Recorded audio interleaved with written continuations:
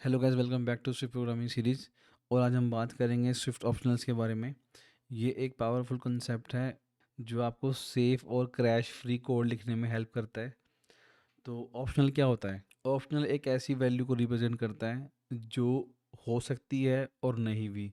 मतलब एक वेरिएबल के पास वैल्यू भी हो सकती है और वो नील भी हो सकता है। मतलब एक वेरिएबल के पास वैल्यू भी हो सकती है और वो नील भी हो सकता है।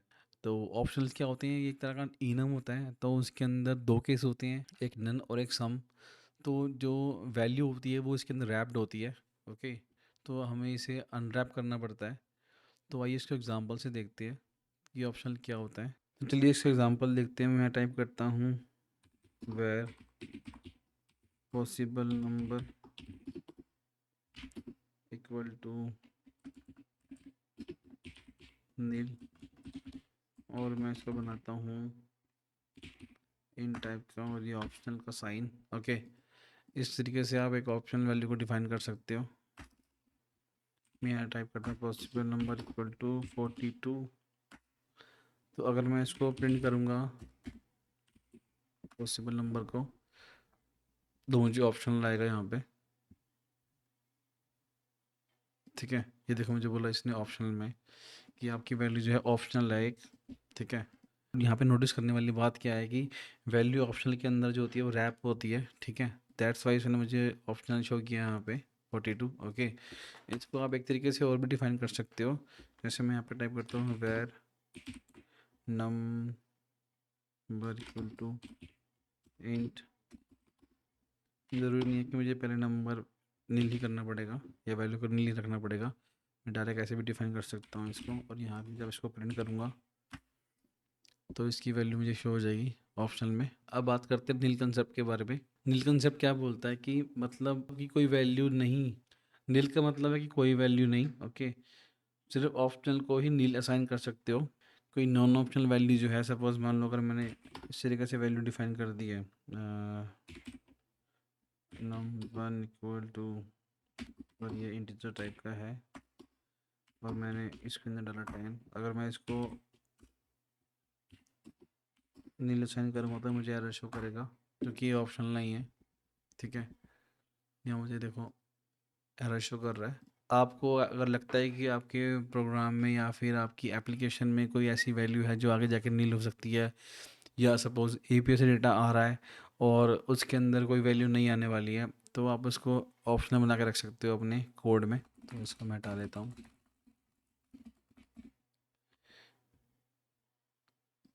मान लो यहाँ मैंने टाइप किया वेर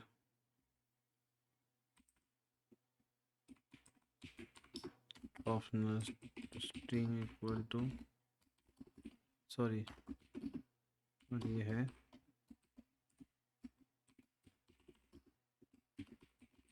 हेलो वर्ल्ड। अब मैं इसको चाहता हूँ कि ये नील हो जाए, तो मैं यहाँ पे इसको नील साइन कर दूँगा। और जब मैं इसकी वैल्यू को प्रिंट करेंगे तो मुझे प्रिंट करेगा नील यहाँ पे नीचे। ठीक है, मतलब इसमें कोई वैल्यू नहीं है अभी। जब मैं इसको यहाँ प्रिंट करूँगा तो इसके अंदर ऑप्शनल वैल्यू होगी एक। तो अब बात करते हैं ऑप्शनल बाइंडिंग के बारे में। ये क्या होता है? तो ऑप्शनल बाइंडिंग जो होती है वो it's a safe way to unwrap the optional values. Okay, suppose मान लो आपको इसमें से वैल्यू जो है ये ऑप्शनल है। ठीक है, इसके अंदर दो केस थे, तो मुझे इसकी वैल्यू को अनरैप करना है। तो अनरैप करने के लिए मैं यहाँ टाइप करूँगा, हम इसी को यूज़ करते हैं और इसको मैं कमेंट कर देता हूँ। ये भी इफ फ्लैट या फिर इफ वेर का यूज़ कर सकते हो। मैंने यहाँ पे किया str equal to optional string, और मैंने यहाँ पे टाइप किया ये, यहाँ प्रिंट करवाते हैं इसको str को। ऑप्शनल जो है वो हट जाएगा इसमें से, और सिर्फ वैल्यू शो होगी यहाँ पे कंसोल पे। और यहाँ पे अगर मेरे को एल्स केस देना है तो मैं यहाँ पे चेक करता हूँ, प्रिंट करता हूँ एल्स केस में प्रिंट और नो वैल्यू फाउंड। सपोज मान लो अगर मैं इसको यहाँ पे पहले ही नील कर देता हूँ, तो अभी क्या होगा कि मेरा एल्स पार्ट में चले जाएगा कि यहाँ पे कोई वैल्यू प्रेजेंट नहीं है, जिसको ये अनरैप करके लेके आएगा इधर। तो वैल्यू जो है मिसिंग है यहाँ पे, तो यहाँ मुझे शो करेगा नो वैल्यू फाउंड। इस केस में क्या होगा कि आपकी जो ऐप है वो क्रैश नहीं होगी, क्योंकि आपने सेफली उसको हैंडल करा हुआ है। या तो उसकी वैल्यू होगी तो यहाँ पे अनरैप हो जाएगी एस के अंदर, ओके। अदरवाइज़ क्या होगा, वो एल्स पार्ट में चली जाएगी, वो बोलेगा कि मुझे वैल्यू नहीं मिली, तो आप दूसरा कुछ भी जो आपकी फंक्शनैलिटी आप एग्जीक्यूट कर सकते हो यहाँ पे। अब सपोज मान लो आपको मल्टीपल वैल्यूज़ को अनरैप करना है। Let str a equal to str a equal to 3, वो let str b equal to 5, इसमें इसको इंट में कन्वर्ट करना है, तो अपन लोग क्या करेंगे, let if let a equal to int, type करते हैं a, and let b equal to integer, dash में पास करते हैं हम b, और कर देते हैं यहाँ पे इसका सम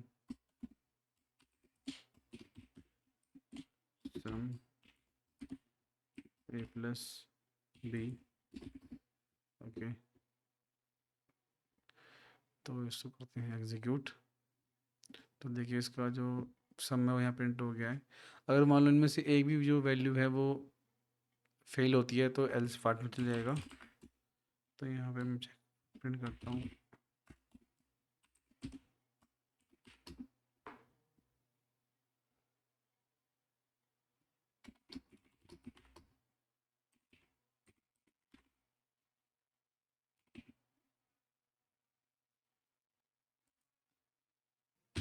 हमारा डाल देते हैं। तो यहाँ पे देखिए एल्स पार्ट में चले गया है, ठीक है। पर आपकी ऐप जो है इसमें क्रैश नहीं हुई है, ना ही कोई एरर आया है। एक और चीज़ है, सपोज मान लो यहाँ पे अब मैं इसको कैट की जगह वेयर कर देता हूँ, और वेयर करने के बाद मैं चाहता हूँ कि ए इक्वल टू ए प्लस 10 हो जाए, ठीक है। तो अब यहाँ पे चेक करते हैं आउटपुट। तो अभी हम बात करते हैं ऑप्शनल बाइंडिंग विद गार्डलेट के बारे में। तो गार्डलेट जो होता है वो अर्ली एग्जिट के लिए यूज़ होता है, ओके। तो इसका यूज़ करने का फ़ायदा क्या है कि आपका कोड एक तो बहुत क्लीन रहता है और आप उसको आराम से रीड कर सकते हो। तो चलिए इसका एग्जांपल देखते हैं। तो हम टाइप करते हैं फंक्शन एंड ग्रीट, ओके। तो यहाँ पास करते हैं एक पैरामीटर स्ट्रिंग टाइप का, और ये है ऑप्शनल टाइप का, ओके। एंड यहाँ यूज़ करते हैं गार्ड लेट नेम एल्स, यहाँ करवाते हैं print no name found, okay. तो यहाँ से इसको कराते हैं रिटर्न। और अगर मुझे नेम में वैल्यू मिल जाती है तो हम करेंगे प्रिंट, उसको प्रिंट हेलो एंड ये नेम, ओके। तो इस फंक्शन को करते हैं यहाँ पे कॉल,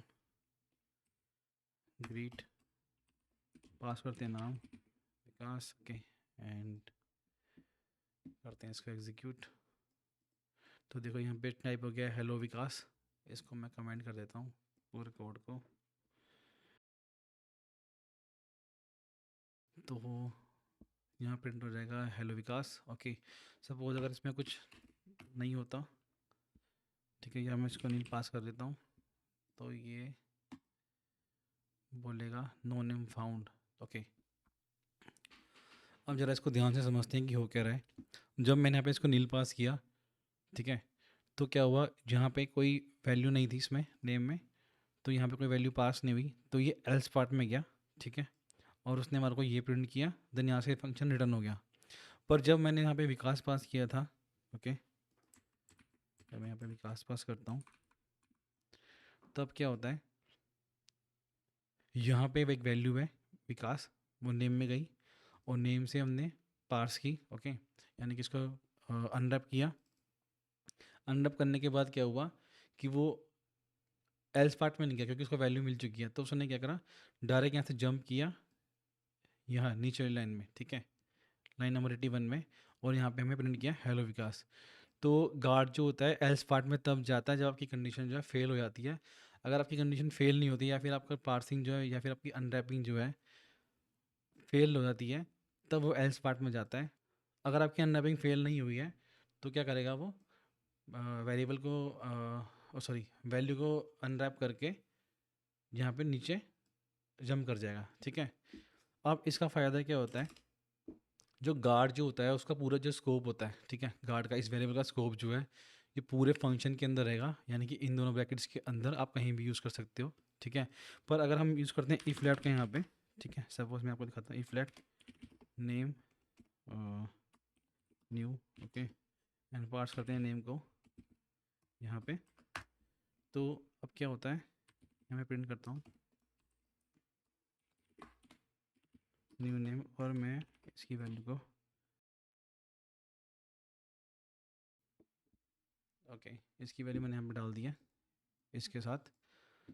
पर अब जो मैं न्यू नेम को या नीचे कहीं पे भी असाइन नहीं कर सकता। सपोज मैं करता हूँ let new name equal to underscore, तो देखिए यहाँ मुझे जी वाला नेम शो कर रहा है, पर ये वाला जो वेरिएबल है वो यहाँ पे शो ही नहीं कर रहा लिस्ट के अंदर, ठीक है। तो ये फ़र्क है इफ लेट के अंदर और गार्ड लेट के अंदर। गार्ड लेट का स्कोप जो रहेगा वो विद इन द फंक्शन रहेगा, और इफ लेट का जो स्कोप रहेगा वो इन दोनों ब्रैकेट्स के बीच में रहेगा, ठीक है, ये ब्रेसिस के बीच में। यहाँ पे आप यूज़ कर सकते हो इतने एरिया में, ठीक है। पर गार्ड में जो आपने वैल्यू अनरैप की है वो आप पूरे के पूरे फंक्शन में कहीं भी यूज़ कर सकते हो, ठीक है। तो ये मेजर डिफरेंट है गार्ड लेट में और इफ लेट के अंदर। तो ये आपको डिसाइड करना है कि आपकी वैल्यू कहाँ पे यूज़ हो रही है और आप उसको कैसे यूज़ कर रहे हो। अब बात करते हैं फोर्स अनरैपिंग के बारे में। तो फोर्स अनरैपिंग में क्या होता है, फोर्स अनरैपिंग क्या होता है कि आप डायरेक्टली एक ऑप्शन से वैल्यू निकाल रहे हो, वो भी इस साइन के थ्रू, ओके, नोट का साइन लगा के।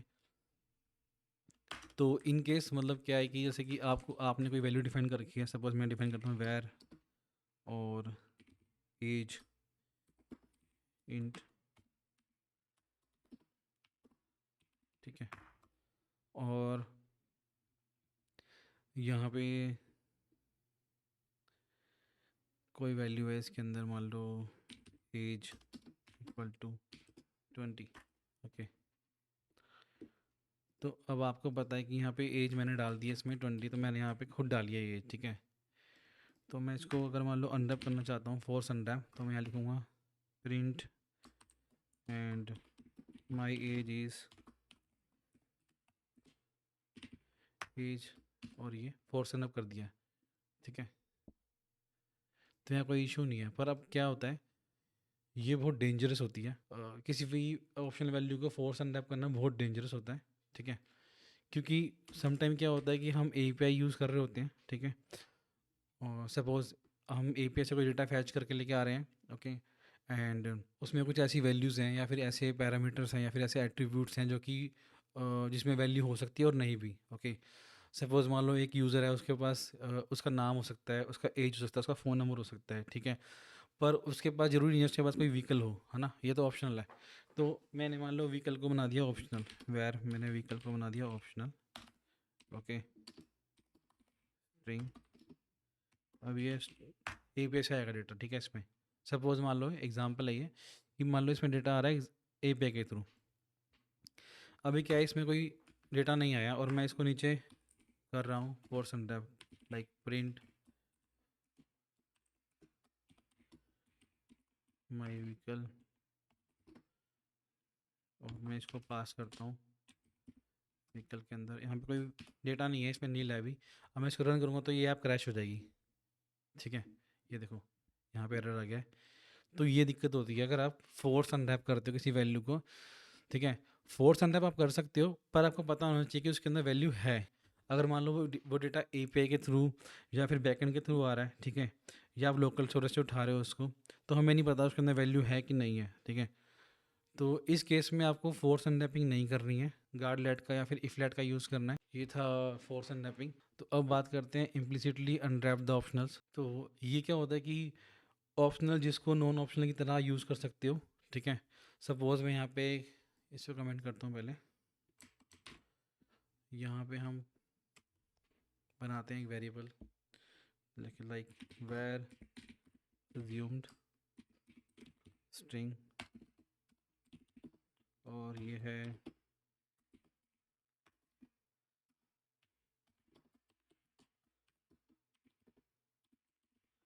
ठीक है, and let normal string, string type का है तो एंड मैं इसमें पार्ट का assume स्ट्रिंग, ओके। मैंने इस यहाँ पे एक वेरिएबल बनाया, और ये जो है ये मैंने इसमें पास कर दिया, ठीक है। अभी तो ये कोई प्रॉब्लम नहीं है यहाँ पे, ठीक है। मैं करता हूँ नॉर्मल स्ट्रिंग, प्रिंट करते हैं इसको, ठीक है। पर जैसे ही मान लो, अभी मान लो इसके अंदर मैं नील आएगा, ठीक है, सपोज इसमें नील डाल दिया, ठीक है, तो ये क्रैश हो जाएगा।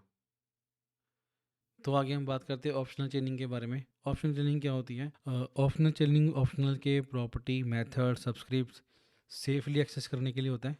सपोज मान लो मैं यहाँ पे एक एग्जांपल देता हूँ। मैंने बनाया क्लास, क्लास का एड्रेस, ओके।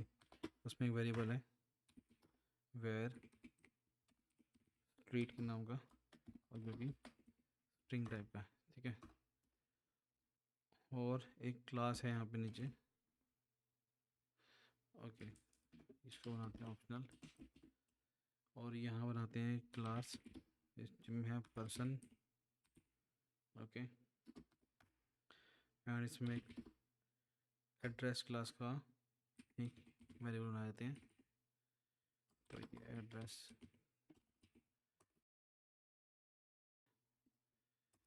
अब यहाँ पे हो क्या रहा है, मैं यहाँ पे एक ऑब्जेक्ट बनाऊंगा पर्सन का, ठीक है।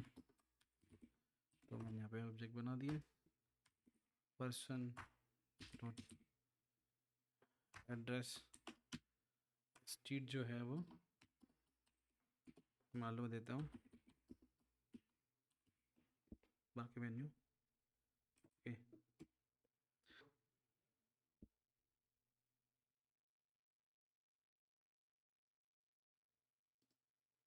इसको रन करते हैं, तो यहाँ क्या बोल रहा है कि ये नील है, ठीक है। अगर मैं इसको प्रिंट भी करवाऊँगा,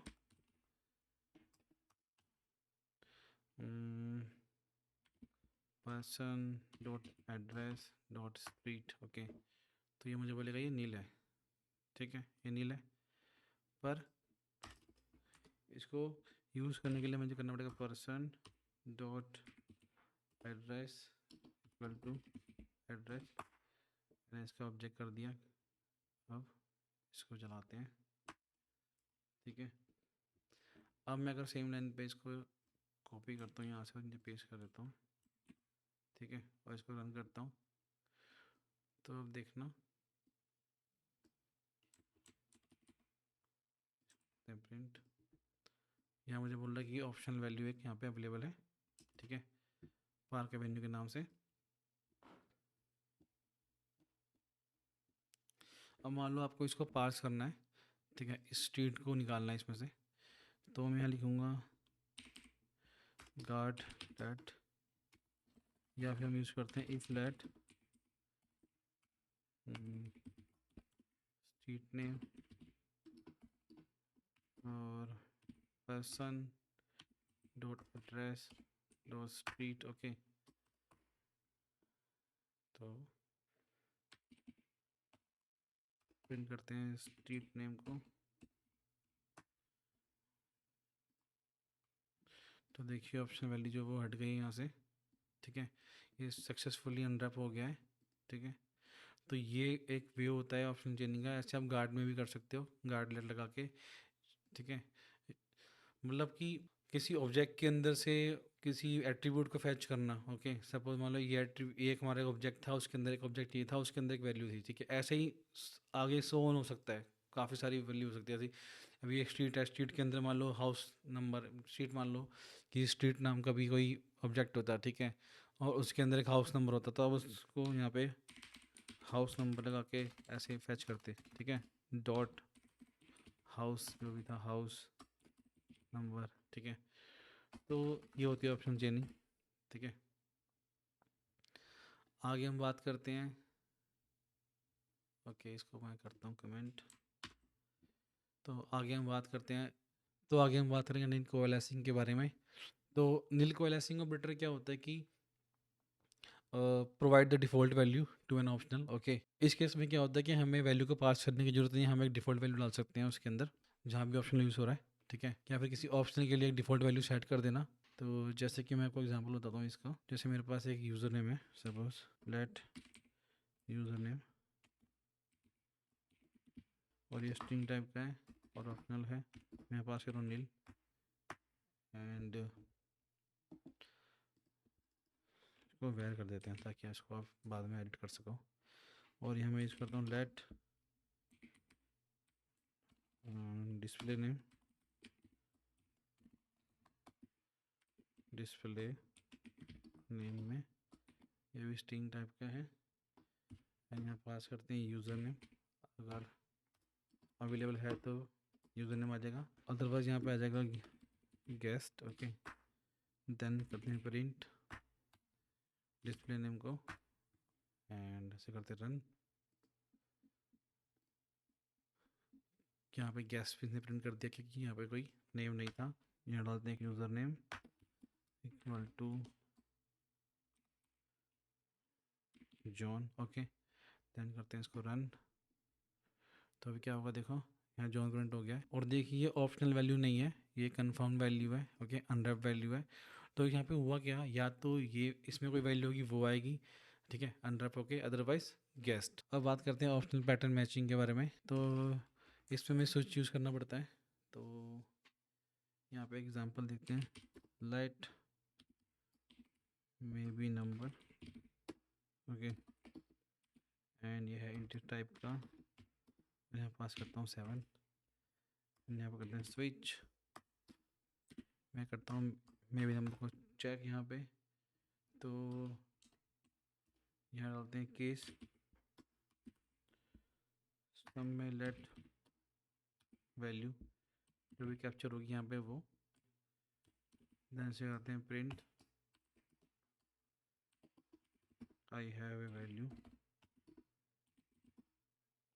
और जो वैल्यू होगी वो यहाँ प्रिंट करा देता हूँ, ठीक है।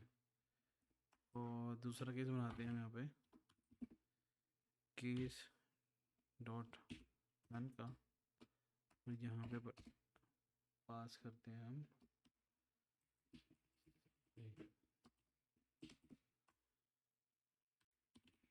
No value found, okay. Then इसको करते हैं रन। तो अभी मेरे पास वैल्यू है, तो यहाँ पे हो गया 7 प्रिंट आई हैव वैल्यू 7। अगर यहाँ होता नील तो ये बोलता हूँ मुझे नो वैल्यू फाउंड, ओके।